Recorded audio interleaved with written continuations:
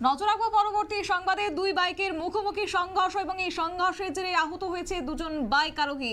ঘটনাস্থলে এসে পৌঁছেছে অগ্নিনির্বাপক দপ্তরের কর্মীরা এবং সেই সঙ্গে এই বিষয়ে দেখা গেছে খোয়াইয়ের সোনাতলা এলাকায় দুই বাইকের মুখোমুখি সংঘর্ষ এবং এই সোনাতলা বাজার সংলগ্ন এলাকায় দুই বাইকের এই সংঘর্ষের জেরে গুরুতরভাবে আঘাতপ্রাপ্ত হয়েছে দুই বাইক আরোহী।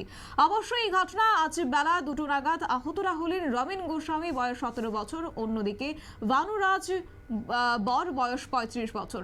তবে এও জানা গেছে পূর্ব সোনাতলির দিক থেকে একটি বাইক আসছিল এবং সোনাতলা বাজারের দিক থেকেই যাচ্ছিল। রাস্তার বাঁক নিতে গিয়ে দুই বাইকের সংঘর্ষ, যার ফলেই গুরুতর আঘাতপ্রাপ্ত হয়েছে দুজন বাইক আরোহী। গোটা বিষয়কে কেন্দ্র করে দমকল বাহিনীর কি বক্তব্য রয়েছে শোনাবো।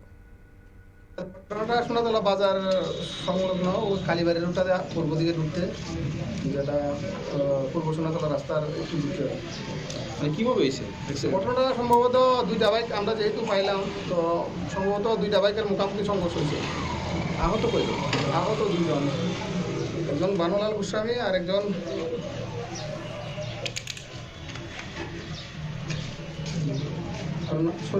রমেশ গোস্বামী, একজন আর একজন আমি একজন বানুরাজ বর, এনে বাড়ি দিয়েছে কোরমুরাতে আর একজনের বাড়ি দিয়েছে আমতলিতে।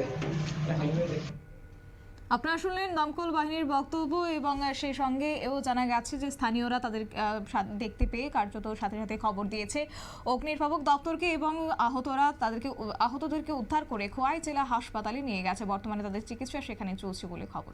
নিয়ে নিচ্ছে ছোট্ট একটি বিজ্ঞাপন বিরতির সঙ্গে থাকুন।